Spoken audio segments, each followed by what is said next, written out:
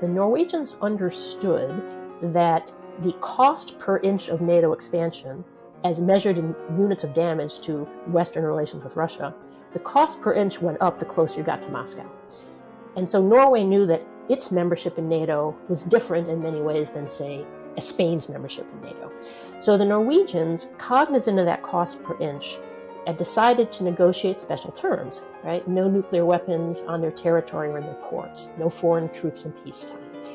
That, I think, should have been a model for Central and Eastern Europe and for the Baltics, and that could have been implemented through the Partnership for Peace. But instead, and this, again, is partly because of Yeltsin's choices, in particular the invasion of Chechnya, which causes everyone to say, oh, wait a minute, okay, now maybe Russia isn't all that different. Clinton changes his mind. Having said, I don't want to draw a new line across Europe, he changes his mind, he marginalizes the Partnership for Peace, and he decides to go with all or nothing, Article 5 or nothing expansion, thereby drawing a new line across Europe, irritating Russia during this precious moment of cooperation, and basically shoving aside the Scandinavian strategy that had worked so well. I'm Alexander Vindman, and this is the Lawfare Podcast, November 22nd, 2021. Does Russia's grievance of NATO expansion upsetting U.S.-Russia relations hold water? I sat down with Dr. Mary Sarotte, the author of the new book, Not 1 Inch, America, Russia, and the Making of the Post-Cold War Stalemate, to discuss the 1990s and NATO expansion. We discussed how respective decisions by America, Russia, and the European Union impacted NATO expansion and the geopolitical environment of today. It's the Lawfare Podcast, November 22nd, talking about Mary Sarotte's new book, Not 1 Inch, America, Russia, and the Making of the Post-Cold War Stalemate. Let's just jump in, and I would like you to kind of go over, this is a fascinating book, and I really enjoyed reading it. I'd like you to maybe just give us the arc of the book. Sure, happy to do that. The book is a history of the fight between Washington and Moscow over NATO expansion. It's not a history of the alliance itself, but a history of that fight. And I follow that fight because when you're telling the history of the 1990s, you really need a story to follow. There is so much going on in the 1990s. There's the collapse of an empire, creating a whole host of new Eurasian states. There's the rise of dissidents from prisons to the presidencies, winning global admiration and Nobel Prizes.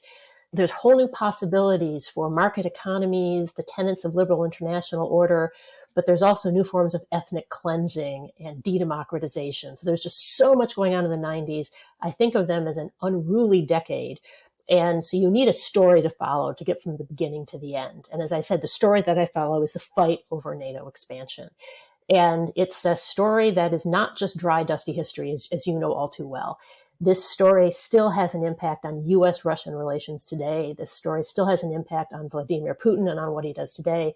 In fact, after Russia annexed Crimea, he gave a speech justifying that on the basis of NATO expansion.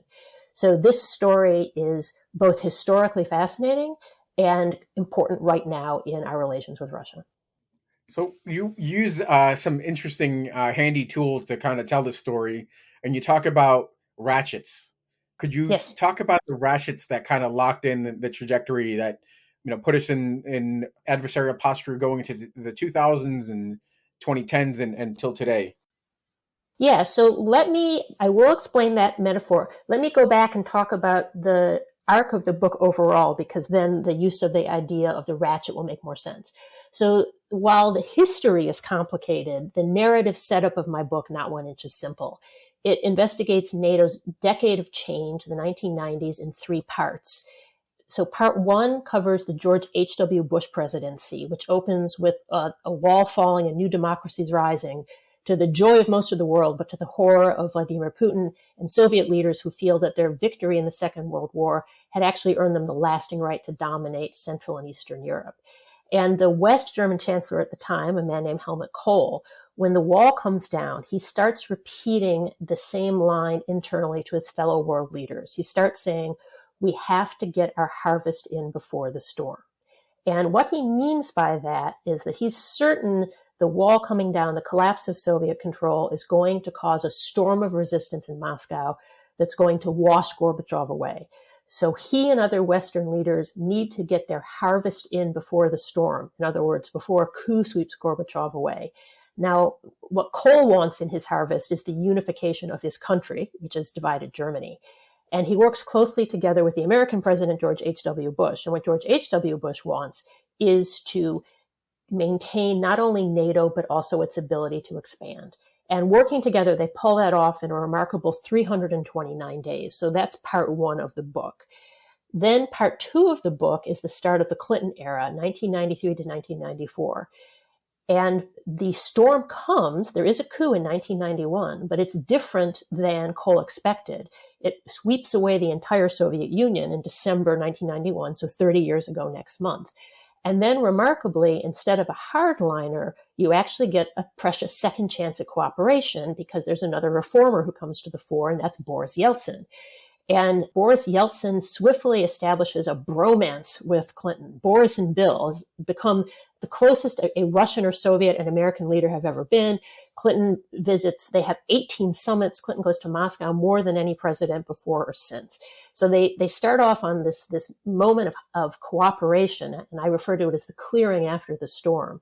But then through the sequence of events I describe in the book, most notably Yeltsin's tragic self-harming use of force, of bloodshed against his opponents in Moscow and in Chechnya in 1993 and 1994. The mood darkens, and in America, Clinton starts to rethink some of the cooperation. And then part three of the book, 1995 to 1999, I call Frost, because it chronicles Clinton taking a more aggressive stance on NATO expansion as that Boris and Bill bromance disintegrates into alcohol-fueled tirades by Yeltsin. He's hanging up on Clinton in phone calls. And meanwhile, Clinton is stonewalling over U.S. military action in Kosovo. And finally, the relationship disintegrates, in part because Clinton is becoming really distracted, of course, by the Monica Lewinsky scandal at home, which bursts into the headlines just as Putin is climbing the ladder of power in Moscow. And with both Moscow and Washington now preoccupied with internal issues, they've basically failed to create lasting cooperation in the thaw after the Cold War. And a frost is creeping back over their relations. So those are the three main parts of the book. And the reason I mentioned that in response to your question about the ratchet is that I argue that in each of these three sections, a president or a leader makes a ratchet turn. And I use that because a ratchet is a tool that turns in one direction only, foreclosing other possibilities. And so the first ratchet turn happens in the first part of the book under George H.W. Bush. And George H.W. Bush, he's, of course, in office when the Cold War order collapses. So the big question is, what next? And his decision is that the post-Cold War order should look, in many ways, very similar to the Cold War order. And why not, right? From Washington's point of view, it had just won the Cold War, so why change? So Bush felt very strongly that he wanted to perpetuate not only NATO, but also NATO's ability to expand. It had expanded during the Cold War, and he wanted it to be able to keep expanding. So that's the first decision, a ratchet turn, because that forecloses other possibilities people are calling for pan-European security or for other structures. That's not going to happen. Then Bush loses the election, and we get to 93, 94, and then Clinton executes a second ratchet turn, because now he's the president who gets to decide how to expand NATO. NATO expansion isn't just one thing. There's many ways you can do it. And so Clinton decides to start with a diffuse, contingent, phased manner of NATO expansion via an institution called the Partnership for Peace. And in the book, I argue that I think that was a wise strategy because it allowed for management of contingency across Europe. It also, as Clinton himself said at the time, did not draw a new line across Europe, cutting off important post-Soviet states like Ukraine, which of course was a major democracy, becoming a sizable democracy. It had over 50 million residents at the time, as you well know. That's on the scale of Britain or France. It was born nuclear, the third biggest nuclear power in the world. So Clinton argued that by having this phased manner of expansion, he could provide a berth for Ukraine in a way that NATO itself could not, because putting Ukraine in NATO in the early 90s was a non-starter. But then, for a host of reasons that I describe in the book, in the third part of the book, Clinton changes his mind and decides to push aside this Partnership for Peace solution, which, as I said, I thought was a wise strategy, and to switch instead to an all-or-nothing manner of expansion that does what he said he didn't want to do, namely draw a new line across Europe. And that then means that Ukraine doesn't receive any kind of secure berth in the post-Cold War security order, with fateful consequences that last to this day. Well, there's a lot to unpack there, and I want to do that with the ratchets. But before we go there, you mentioned relatively early on this concept of Helmut Kohl of bringing in the harvest before the storm. Yep. In your research, do you think that was alluding to the reactionary forces that he saw unfolding in those days in 1991, or did he also have maybe a deeper perception of reactionary forces closer to what some other prominent politicians and including Eastern European leaders were concerned about, which is Russian irredentism, Russian revanche, play on Yeltsin's own words that Russia will rebound and come back. Do you think there was anything of that nature, or was it narrowly focused on German unity? Absolutely. Cole was a very savvy policymaker. And when he talked about the storm, I think he was worried about all the things that you've just described.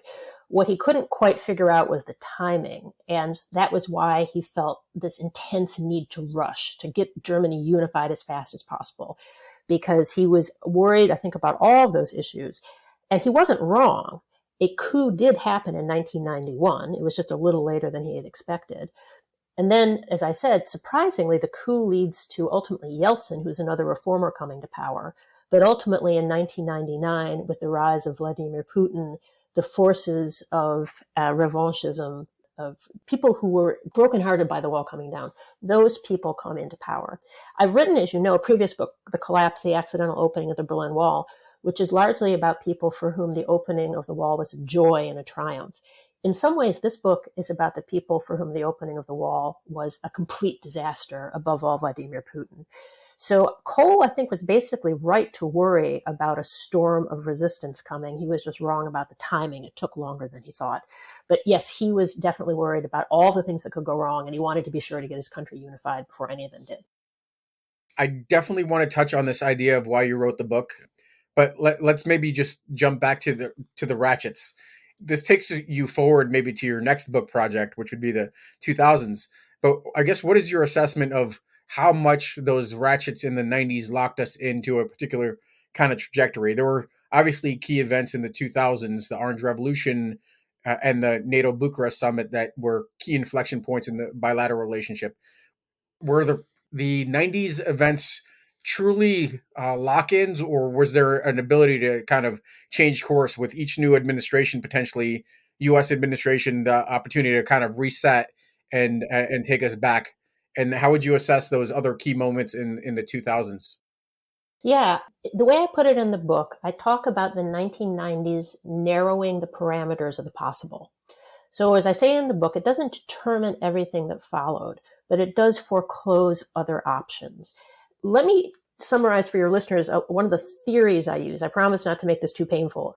But one of the theories that I use in the book is a theory of punctuated equilibrium, which comes out of evolutionary biology. There's other disciplines that use it, but I like the statement provided by Stephen Jay Gould, who was an evolutionary biology professor. I was in his class as an undergrad, and I learned this at that time. And I find it a useful concept for understanding history and politics as well, and it's relevant to your question. So let me explain why. The idea with punctuated equilibrium, according to Stephen Jay Gould, is as follows.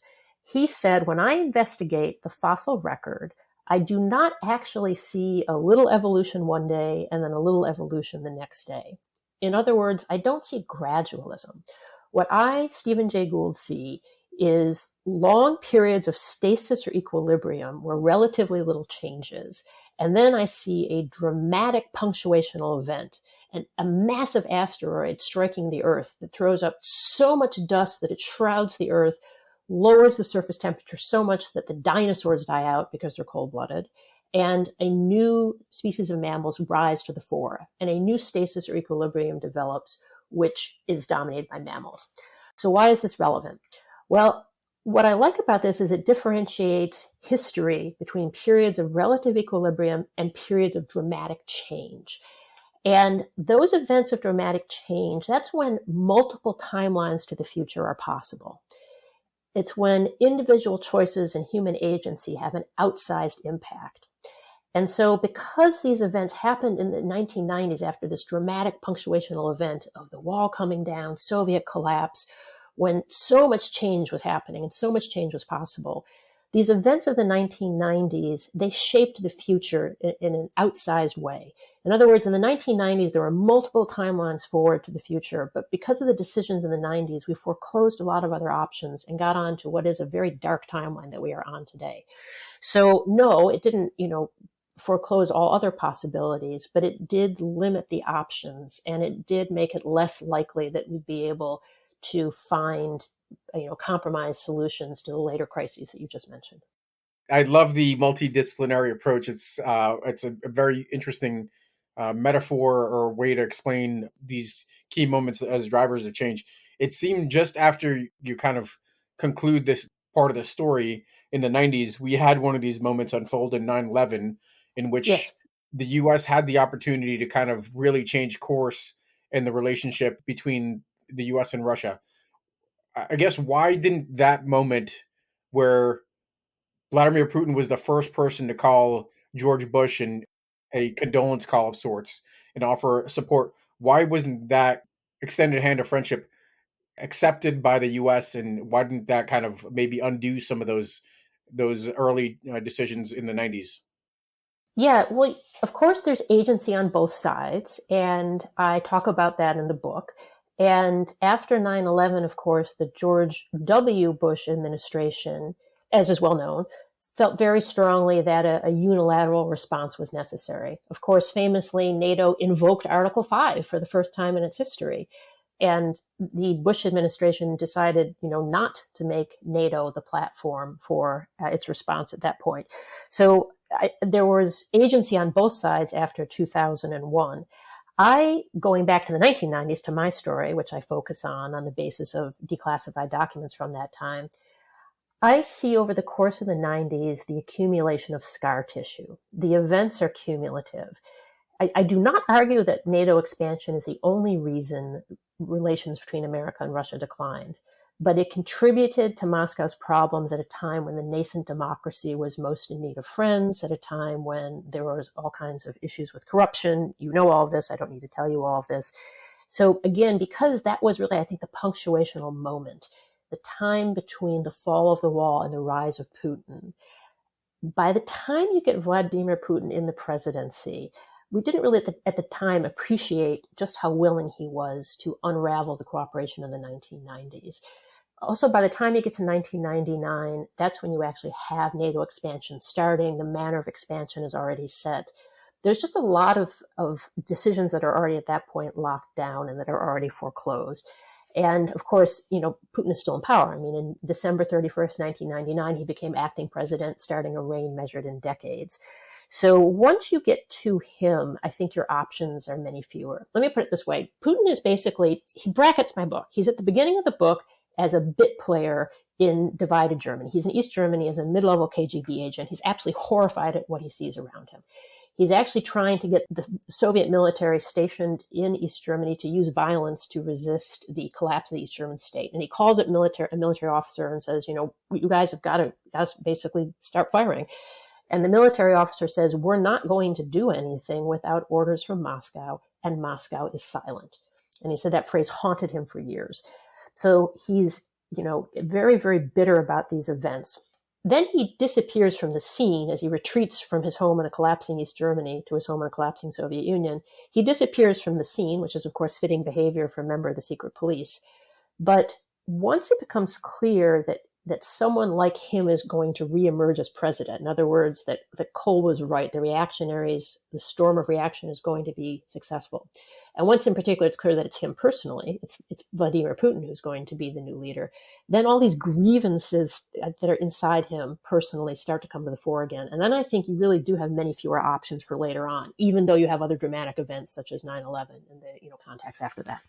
That's a very interesting story. So NATO by no means, and these ratchets by no means are causal in creating Putin or bringing him to power, but it is in fact one of the consequences amongst many other consequences that decisions made in the 90s set the conditions for a Putin-like figure to come to power and really embody the reactionary movement to the 90s and the loss of Soviet power and Russian power. Yeah, absolutely. I mean, it doesn't have to be the outcome of the 90s that Putin becomes leader. He, for much of the 90s is struggling to find his footing. He's a displaced servant of the Soviet state, nursing his grievances about the collapse of the Soviet empire. There were other possible timelines towards the future. That's one of the jobs of a professional historian such as myself is understanding that the future is not given. There are many, many options. But once it becomes clear that he is going to be the one in charge, then yes, these grievances that he's carrying become important. And it dawned on me as I was writing this book. As I said, I've written a book about the collapse, the accidental opening of the Berlin Wall, which was a book with a happy ending. As I was writing this book, I thought, what if we turn that happy ending around and we reframe the end of the Cold War? What if the most important outcome of the end of the Cold War is the impact it had on Vladimir Putin and the way it contributed to his later rise? That's a very different take on the end of the Cold War. And in many ways, it's a tragic take, right? I was studying abroad in West Berlin in 1989. I experienced this enthusiasm, optimism firsthand, and I feel this personal sense of loss that it's gone. I wish the story had turned out differently, but it hasn't. And so I think as an academic, I can add value by looking at why that happened on the basis of detailed evidence. The book in its entirety is terrific, but there are a couple things that were really, really amazing. Your ability to access really all sides of the story, the German side of the story, the Russian side of the story, the American side of the story, your access to documents is pretty phenomenal. So I'd like to hear your take on how enormous an undertaking that was. What was your idea? Obviously, part of it was to accurately tell history that you couldn't really do by interviews or some other means, a method of conducting your research. And then, take that from the maybe somewhat mundane declassification story to what were some interesting moments that you uncovered, like the creative ideas that maybe didn't come to life, but were being discussed by the Russian side, the U.S. side, which frankly I think it was probably the least creative out of all the parties, and was most kind of cautious. But I'd like to hear your thoughts there. Sure. The research for the book was challenging, but also a ton of fun. And it also went on for a very long time, which was fine because I enjoyed it. I actually, in a sense, go back to some of the materials I started collecting in 1989 when I was studying abroad in divided Germany. I then, in the 1990s, that was when I was getting my PhD in history at Yale, I started doing interviews while people were still around, and I started working in East German and East European collections, above all, the East German Stasi, or secret police files. And I mention that because I realized my work in those Eastern sources could help me get Western sources. Now, Western sources, as you know, as many of your listeners know, are generally kept classified for decades. That makes sense because current political actors need to know that they're not going to see a document they just wrote in the New York Times tomorrow. But you can request declassification, as your listeners know, and it helped me to do a better job of requesting declassification when I could do so on the basis of documents that I already had from the Warsaw Pact, from East Germany, from the former Soviet Union, because those documents opened, in the case of East Germany, those documents opened the minute the state collapsed. So in the year 1990, it became possible to see government documents from 1990. So I started a campaign to get documents declassified in the West. It took many years, but I kept at it, and gradually I got better and better at it. And one of my biggest breakthroughs, for example, was with the Clinton Presidential Library. So once I realized I wanted to tell this story through the 1990s, I realized that I needed, of course, documents through the 1990s. And so I requested, among other things, the transcripts of nearly all summits between President Bill Clinton and Russian President Boris Yeltsin. And I requested those in 2015. When that didn't succeed, I went through an appeals process with what's known as ICECAP, the Interagency Security Classifications Appeal Panel. And I can't say enough great things about the Clinton archivist and the people in ICECAP who really worked closely with me and helped me ultimately to win my appeal. And so in 2018, I got just thousands and thousands of pages from the Bill and Boris bromance. And when that declassification became public, the Kremlin complained. Dmitry Peskov, Putin's spokesman, complained that the Clinton Library should not have released these documents, because they contained references to currently serving politicians, above all his boss, Putin, because, of course, Putin starts working for Yeltsin in many posts, among other posts as prime minister. So Peskov complained about this release. And so I figured if the Kremlin was complaining, I must have been doing something right. And when I got into these documents, they were just amazing. I mean, absolutely amazing. Just the nature of the relationship between Bill and Boris. I mean, the arc of it, from this intense friendship, intense bonhomie, the drinking together, the sort of carousing kind of at a very elite level. But then the dark turn that it takes, by the end, there's these, strange scenes where Yeltsin's alcoholism is becoming a real problem. There's a summit where at the end of the day, the events are over, Yeltsin goes back to his guest house, and somehow he ends up on the street wearing only his underwear, yelling that he needs a taxi and a pizza, right? This is the issue. This is how bad his problems with drinking are. He gets bundled back inside his guest house and he gets his pizza, but it's clear to everyone that he's this unstable actor. And then you get to these scenes where Yeltsin is hanging up on Clinton and they're yelling at each other, and Clinton is saying to Yeltsin, "What's the problem?" And Yeltsin is saying, "NATO, NATO, NATO, NATO, NATO," again and again and again. Or you have a scene that I described in my Foreign Affairs article in 1999 in Turkey, their last meeting while they're both in office, where Yeltsin says things like, "You've got to give Europe to Russia, give Europe to Russia. This is the closest Russia's ever felt to Europe." And Clinton is saying, "I don't think the Europeans would like this very much. What are you talking about?" Strobe Talbot is saying, "Yeltsin is unhinged." And it was just an amazing, amazing story. It's really fascinating. I hope that comes through in the book. It does. So you've got Peskov yelling at you for, nudging the release of the archives. You got Lewinsky influencing Bill Clinton's attention span at minimum, and then Yeltsin in his underwear. What a fascinating, body work. So what I thought was pretty interesting, and I've been on the government side reviewing what we call mandatory defense reviews, reviewing all these documents so they could be publicly released. And I thought it was pretty amazing how forward leaning in certain ways the West was to not do a victory lap around the collapse of the Soviet Union, and really pretty forward leaning, maybe not sufficiently so, maybe, not quite living up to the moment and having quite the imagination required to lock in a friendly relationship with Russia, but pretty forward leaning. I'd be curious to hear your thoughts on, where different leaders and different countries stack up in the kind of the battle for ideas. What were some of the most creative ideas and that maybe didn't get realized? Sure. Yeah. So the big play in post-Cold War Europe was to establish some kind of lasting cooperative relationship with Russia. That doesn't mean it had to be, a honeymoon all the time, or it doesn't mean there would be no frictions.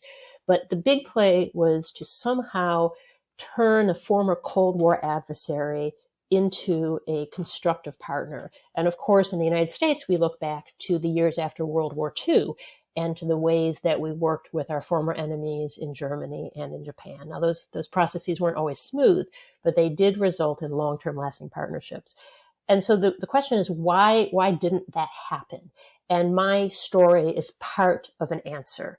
Now, to be clear, I don't believe in monocausality. As a historian, I've never seen monocausality. In other words, I've never seen a major event that happened for one reason. Events happen for multiple reasons. So this is not just because of NATO expansion. I should also add, my book is not an anti-NATO expansion book. I think NATO expansion was a reasonable response to the geopolitics of the 1990s. Certainly the Central and Eastern Europeans wanted to be in NATO. It was very much a demand-driven phenomenon. And they had the right to be in NATO. They were sovereign states. They had successfully extracted themselves from the Soviet bloc. They wanted to choose their own security alliance. That was perfectly reasonable. Expansion was not unprecedented. As I've already mentioned, it happened during the Cold War, and it made sense to continue with.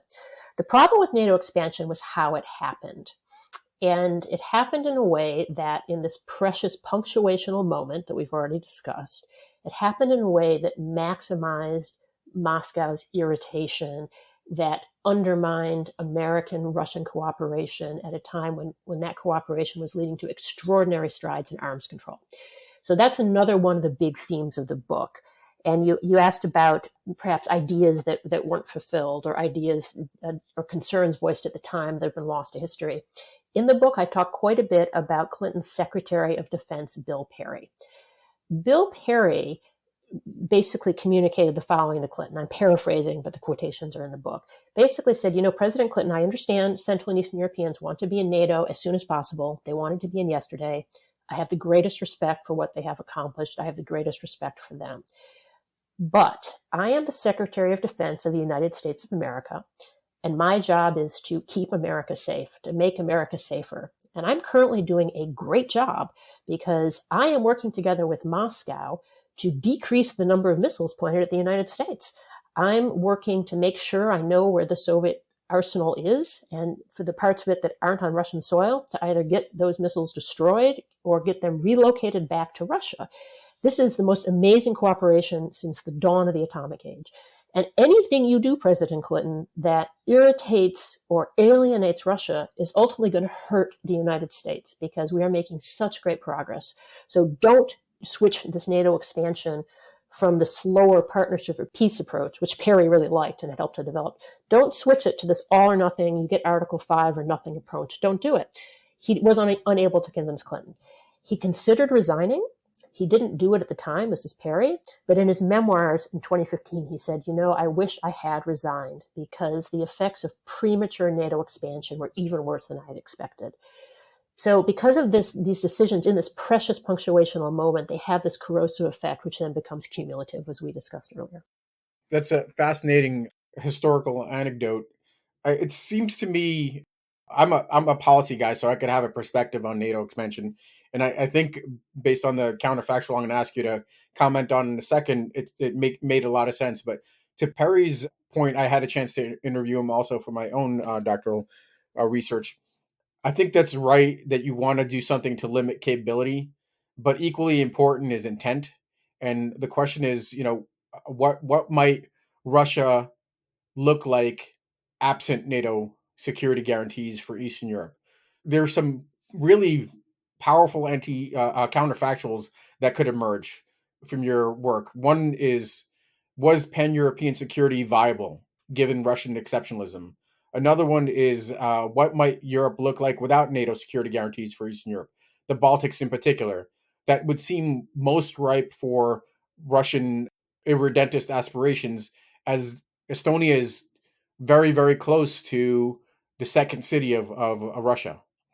So I'd just be curious to hear your thoughts on some of these issues. Yeah, absolutely. And it's a great way of phrasing it is thinking about the alternatives. So on the question, what would Europe look like without NATO security guarantees? Again, to emphasize, my book is not opposed to NATO expansion. I think that NATO expansion was a reasonable response to the pressures, threats, risks of the 1990s. I think that giving NATO security guarantees to places in Central and Eastern Europe made sense. What I criticize is how it happened. The Pentagon under Secretaries of Defense Les Aspin and Bill Perry, also the chairman of the Joint Chiefs of Staff, John Shalikashvili, advisors to Shalikashvili like Joe Kruzel, who tragically passed away, and then some members of the NSC, they came up with what I thought was a smart strategy, the Partnership for Peace, that allowed the, that allowed the extension of NATO security guarantees in a measured way. And it provided the ability to manage contingency. So in other words, you could slow down or speed up the conferral of Article 5 guarantees through the phased approach of the Partnership for Peace in a way that you simply can't if you're doing all or nothing expansion. And Perry knew this at the time. He kept pointing this out. Shalikashvili knew this as well. They, together with President Clinton, actually sold the idea to Central and Eastern Europeans who were concerned about it. And it was very telling how they did that. President Clinton himself went to and spoke to Polish leaders, to Czech leaders, and said, I understand you want Article 5 as soon as possible. I understand you want it yesterday. But you Central Europeans, you of all people should understand the problem with drawing a new line across Europe between countries that have Article 5 and countries that don't. Because, of course, tragically at Yalta, you got left behind a line. And again, this is Clinton speaking. Clinton says, we need to think not only about Central and Eastern Europe, but also about post-Soviet states. They're getting forgotten in this discussion. And we really need to think about Ukraine. One of the biggest shocks for me in my research, this is Mary speaking, was just how important Ukraine was to Clinton from the get-go. And he said, it's a big country, it's a democracy, it's a nuclear state. We shouldn't leave it in the lurch. We shouldn't have a new line across Europe. So we should instead have this slow phased in manner of the Partnership for Peace, where some countries like Ukraine will join the partnership and kind of stay there, but other countries will progress through it and join NATO. And the Poles, they didn't love it, but they agreed through clenched teeth that they could see the point. And the Russians didn't love it either, but they agreed that they could see the point. In other words, the Partnership for Peace, it wasn't sexy, it was a compromise, but it worked. And so I argue that that would have been a better way to confer the security guarantees. And lastly, you mentioned the Baltics. The Baltics are another extremely, extremely interesting part of the book. Another one of my surprises was how early on Clinton's advisor, Strobe Talbot, was clear that NATO expansion must continue until it got to the Baltics. Already in the early 90s, he was talking about that. And by the mid 90s, he was saying NATO expansion has to continue. It will not be done until it includes the Baltics. He was so insistent on this that internally it was known as the Talbot Principle. And that really surprised me because there were other voices saying, we need to be a little bit careful here. In particular, Scandinavian and Nordic countries. Now, why are they relevant? Well, during the Cold War, Norway, for example, Norway lived in a neighborhood that was Soviet adjacent, but not Soviet controlled. And so that should have been a model for Central and Eastern Europe and the Baltics, because after the Cold War, they're in a similar position. They're in a neighborhood that's Russia adjacent, but not Russia controlled. And the Norwegians decided on what I call the Scandinavian strategy. And I talk about this in my Foreign Affairs article that's in the current issue.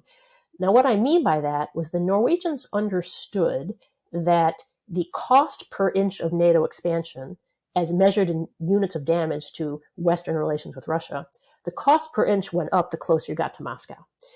And so Norway knew that its membership in NATO was different in many ways than, say, Spain's membership in NATO. So the Norwegians, cognizant of that cost per inch, had decided to negotiate special terms, right? No nuclear weapons on their territory or in their ports, no foreign troops in peacetime. That, I think, should have been a model for Central and Eastern Europe and for the Baltics, and that could have been implemented through the Partnership for Peace.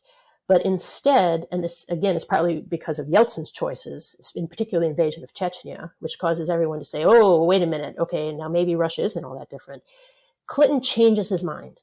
Having said, I don't want to draw a new line across Europe, he changes his mind, he marginalizes the Partnership for Peace, and he decides to go with all or nothing, Article 5 or nothing expansion, thereby drawing a new line across Europe, irritating Russia during this precious moment of cooperation, and basically shoving aside the Scandinavian strategy that had worked so well. I think there's an interesting story about too much and not enough here. Maybe the way that NATO expansion unfolded was too much and decreased the ability to have a constructive relationship with Russia, but not enough in that it didn't include all the players that potentially Russia might cast their eye on in the future, or another way of looking at not enough that it didn't include a home for Russia ultimately, or for Russia to feel kind of secure about its position. Yeah, home for Russia and also a berth for Ukraine. Yeah. Clinton said, and this was another one of my surprises, Clinton said at a fairly early date, again, I'm paraphrasing, but the full quotations are in the book. He said, basically, I don't think there's going to be lasting peace in Europe unless we come up with a solution for Ukraine. He was conscious of that. And I remember reading that around 2014 when Russia was annexing Crimea, and I thought, wow, that's really prescient. And then I started researching the Partnership for Peace, and I realized, wait a minute, we had this solution. Also, Russia wasn't thrilled about it, but Russia also joined the Partnership for Peace. And in my book, I reproduce a map from 1994. And the startling thing about this map, it's towards the end of the book, is that there's no clear dividing line down the center of Europe. We're used to, of course, to the map of Cold War Europe, which has a clear dividing line. But as of 1994, because of membership in overlapping institutions, there wasn't a clear dividing line. And Russia was in all the institutions except NATO. And that looked to me like a point on a timeline to a better future. And then we got off that. We got off that, as I said, because of the invasion of Chechnya. Also, the impact of domestic politics. There was the Republican victory in the midterm congressional elections of 1994, and Clinton had to pay attention to that because he wanted to be reelected. And of course, the Republican Party ran on the contract with America, which emphasize giving Article 5 to countries, this all or nothing expansion. And so I think that, we were on a path that had a birth for Ukraine and that had at least an acceptable slot, if not a good one that Moscow loved, at least an acceptable slot. But then we got off of that timeline. Yeah, so this would be that tiered mechanism within the Partnership for Peace that would provide some security guarantees for Ukraine, because I'm actually not all that familiar with it, but wouldn't bring Ukraine into NATO. Could you explain that a little bit more? Yeah, so the idea was intentionally left vague because the ambiguity was useful. But the idea was that the Partnership for Peace would in some ways modulate NATO expansion.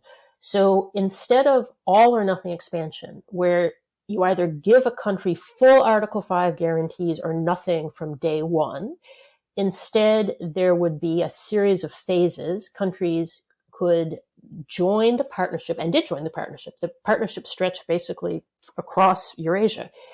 And then gradually countries through peacekeeping exercises, through cooperation, could gradually make their militaries interoperable or more interoperable with NATO, take part in peacekeeping operations, and gradually start to show that they were ready to become members. And then the alliance could move them through phases toward Article 5 guarantees. And this was not just Ukraine. That's actually important. It's basically open to all countries, meaning Ukraine can just be one of many. This has several advantages. It puts NATO expansion at the end rather than at the beginning of the process, right? So it's not Article 5 or nothing from the get-go. It means that countries can develop individualized relationships with NATO. It basically allows you to manage contingency because you can move countries through the process more slowly or more quickly, depending on how they're doing and depending on geopolitical conditions. So it's a way of both providing association for countries that probably aren't going to be in NATO, but also creating a path to NATO for the countries that are going to be able to get through. And so, these are some of its selling points. And one of the big promoters was, of course, Saakashvili. But then, of course, there's a number of people who say, well, this is ridiculous.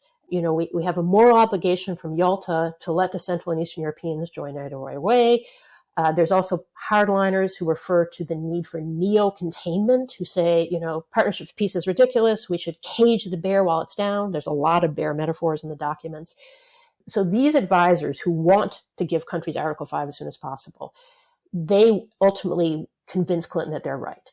And as I said, Clinton is also swayed by the victory domestically of the Republican Party. And then, of course, what's happening in Russia as well, because Russia has important agency here as well, right? The democratization is proving difficult. There's corruption. There's the fighting in Chechnya. There's, all kinds of reasons that people are starting to doubt Russia will be a good neighbor. It's been a big neighbor for a long time. And as Clinton said, now it needs to be a good neighbor, and it's failing to do that. And of course, the 98 economic crisis is hugely important, Kosovo as well. Again, these things are cumulative, but the outcome is that we get, all or nothing NATO expansion, and we get the frictions with Moscow. And Ukraine gets left without a defined berth in Europe. Yeah, we'll definitely touch on Ukraine, what their ramifications are, how we find ourselves in this situation with Ukraine constantly a zone of instability and friction. But what can you tell me about how did the 1990s impact today? What are the consequences that you could tie in from the 1990s to today to just get us to this point? Yeah, so in the 1990s, as I was saying before, I think that there were many possible futures out there. And I mentioned in the book, I have this map from 1994. It was actually put together by the German Foreign Office, showing a Europe with no clear political dividing line down the middle of it. That was an alternate future. But the events of the 1990s, and again, I really can't emphasize this enough, it's not just what Washington does, right? Other countries' decisions matter as well. So that's one of the reasons why the book is based on sources from so many countries. We recreate a line across Europe between countries that have Article 5 and countries that don't. And we do so at a time as Vladimir Putin is rising through the ranks, and that gives him fuel. Now, of course, Putin repurposes this history to his own ends. What he says about it can in many ways be, highly inaccurate. But he's found that it's useful to him to justify what he's doing now, and he continually talks about it. One of the things that I'm trying to do in this book is establish a shared narrative about what happened based on evidence. So I personally had no role in any of these events. This story, in order for me to write the story, I can't rely on my memories or memories of my friends in office. I had to do this all from evidence. And I believe you should enter the past through as many portals as possible. So in addition to the documents, I did over 100 interviews, and I used television recordings and videos and radio broadcasts, anything I could use to document what happened. And so given that the fight over what happened in the 1990s, in particular, the fight over whether the West promised Russia it would move NATO not 1 inch eastward, that's the controversy that gives the book its title. I feel that I can add value as a historian by creating a documented narrative. Now, we're still going to fight about what it means, but hopefully we can move beyond just sort of shouting and actually look at what the evidence says. And when I looked at that evidence, I saw that this phrase, not 1 inch, it gradually took on a new meaning. The original phrase, of course, famously was what Secretary of State James Baker said to Mikhail Gorbachev in February 1990. The idea was roughly a bargain to allow Germany to unify, a hypothetical bargain, I should emphasize. This was not written down. This was not formalized. Secretary of State Baker proposed as a hypothetical bargain, how about you, Mikhail Gorbachev, let your half of Germany go, and we in the West promise that NATO will move not 1 inch eastward. In other words, it'll stay frozen on the Cold War line. And Gorbachev, thinks about it and says, yeah, certainly any extension of NATO would be unacceptable, but there's nothing written down, there's nothing agreed. And almost as soon as Baker gets back to Washington, his boss, George H.W. Bush, says to him, no, Jim, that wasn't right. We're not going to leave NATO frozen on the Cold War line. Among other things, that would leave half of Germany in NATO and half of Germany out of NATO. So we're not going to do that. What we're going to do is, I want to keep NATO and keep its ability to expand across the Cold War line into Eastern Germany. What we'll do instead is basically give some guarantees as to limits to what we'll do as we move closer to Moscow. Again, this is the Scandinavian strategy, right? Cognizance of the fact that the cost per inch of NATO expansion goes up as you get closer to Moscow. And so Bush very wisely says, we'll agree on some limits, and that has the effect that the former territory of Eastern Germany is to this day the only part of Europe that is guaranteed to be a nuclear-free zone. So this phrase, not 1 inch, turns out to mean not what Baker thought. And he quickly, that was another one of my discoveries, quickly has to undo that and walk that back and has to write to allies and say, let's drop what I just said, forget that. And gradually, not 1 inch starts to take on the opposite meaning in Washington. As Germany unifies, and then as the Soviet Union collapses, suddenly the horizons get much bigger. And suddenly Washington realizes it can not only win big, but it can win bigger. Not 1 inch of territory needs to be off limits to NATO. And so then you start to get, this all or nothing expansion that has that manner of expansion has these corrosive effects on the relationship with Russia at a time when, there were so many other alternatives. So these events, they don't define everything that happens afterwards, but as I've said, they narrowed the parameters of the possible. They carved out the future that we have. They foreclosed other options, and they lead forward to this dark timeline we got onto, which of course has these, incidents like the 2016 hacking of the election and all that follows from that, as so well. Yeah. Well, the title "Not 1 Inch" is probably one of the reasons why we have nearly 100,000 troops on Ukraine's border at the moment, and you've raised Ukraine a couple times during this conversation and its centrality to Russian power. It seems to me at the moment that we have a scenario in which Ukraine finds itself out of any collective security architecture, a significant oversight by the West in trying to frame a structure to ensure stability in Europe, but also slowly making the kind of progress that was almost envisioned by the Partnership for Peace, and at the same time slipping through Russia's fingers. Russian influence is waning. Ukraine's has a much more coherent national identity. Ukraine's economy is making fairly significant strides, and we find ourselves on the precipice of another flashpoint, one that we wouldn't have thought would be possible after World War II, and certainly not in the 1990s that were still hopeful, or even the 2000s, only kind of culminated in the 2010s and now. So I'd be curious to hear about, and maybe this could be a discussion about your views on Ukraine, where Ukraine fits into to this story a little bit more, and then happy to discuss that a little further. Yeah, I was wondering if I can actually ask you a question because I'd be interested to know how worried you are about Ukraine now.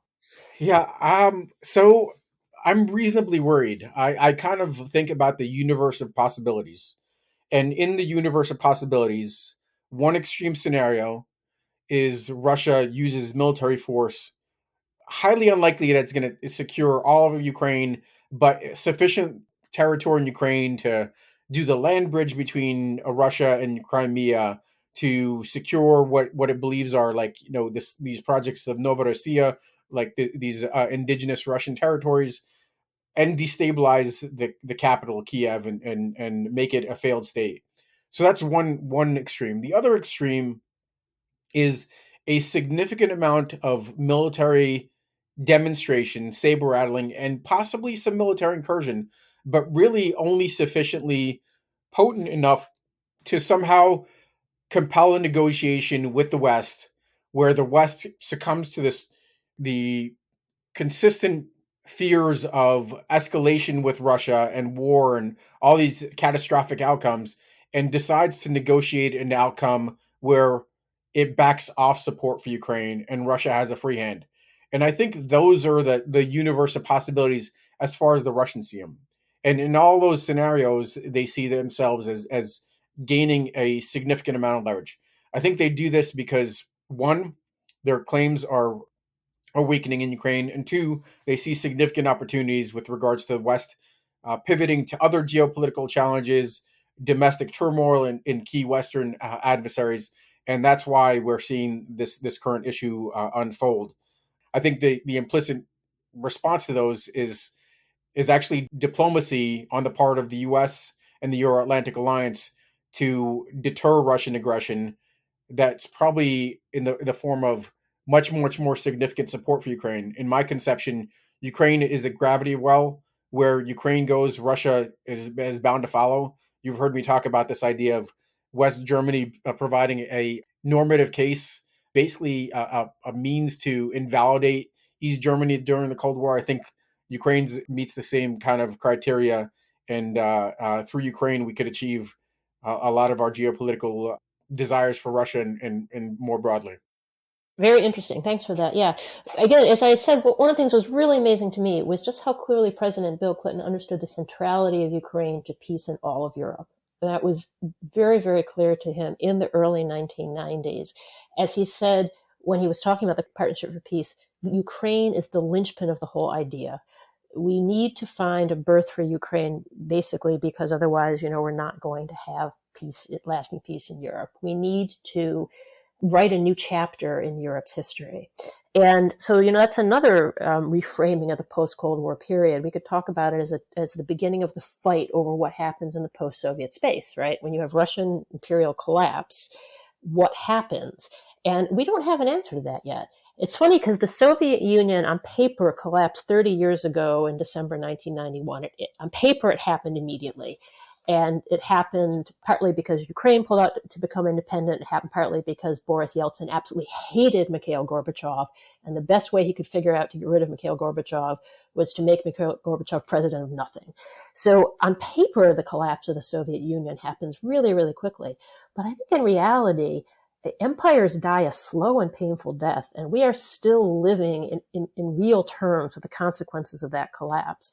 And that's one of the reasons why I mourn the passing of the Partnership for Peace solution to NATO expansion, because I think it did offer a berth for Ukraine. Again, it wasn't perfect. Nobody loved it. I'm not, idealizing it. But it was, I think, a workable policy that, squared an important circle. Basically, after the collapse of the Soviet Union, Washington had to decide, was it going to prioritize the people formerly dominated by Moscow, or was it going to prioritize relations with Moscow? And that's a very hard call, especially when you're trying to help dismantle Moscow's strategic nuclear arsenal. And so if the question is, which one do you prioritize? The correct answer is both, because they're both so important. And the Partnership for Peace allowed you to do that because you could kind of work both of those relationships. But once you gave up on that and you made clear that you were going to prioritize Central and Eastern Europe, which is a reasonable choice, but once you make that clear, then it's hard to avoid the damage to the relationship with Russia. And that, of course, has fateful consequences for today, getting to where, as you rightly said, a place where we never thought we would be. Well, I think what we could close with is this idea that we're in a particularly complex moment in geopolitics. Russia has now firmly set its eyes on potentially holding on to the residue of its empire. This might be the dying days of that empire that you referred to, the death throes, and those could be particularly catastrophic and violent, Yep. as we know, you especially as a historian. So any closing thoughts as we wrap up? Well, I think as a historian, we can't predict the future, but we can prepare for it. And the best way I know of to prepare for the future is to study history, right? I mean, it's a little bit like my John Lewis Gaddis, who I studied with at Yale, used to say, it's like a pilot being in a flight simulator looking at past, flight routes and things like that. It doesn't guarantee he'll know how to fly a plane, but it does mean he'll be better prepared to do that. I think we need to have a much stronger historical understanding in the United States of these events, particularly looking back at the 1990s when so much seemed to be going right. If we look more closely, there are a number of things that are already starting to go wrong. And of course, the decade ends with Vladimir Putin coming into office. So I think understanding history will help us not to predict, but to prepare for the future. And so I'm grateful to you and to Lawfare for spending this time talking about history and the way that it can hopefully help us understand today's turbulent world. Mary Sarotte, not 1 inch. Thank you. Thank you. The Lawfare podcast is produced in cooperation with the Brookings Institution. Please share the Lawfare podcast and give us a 5-star review on iTunes. Go to thelawfarestore.com for brand new Lawfare pens, lanyards, t-shirts, and socks. The podcast is edited by Jen Patyahal, and our audio engineer this week was Hamza Shitu of Goat Rodeo. Our music is performed by Sophia Yan, and as always, thank you for listening.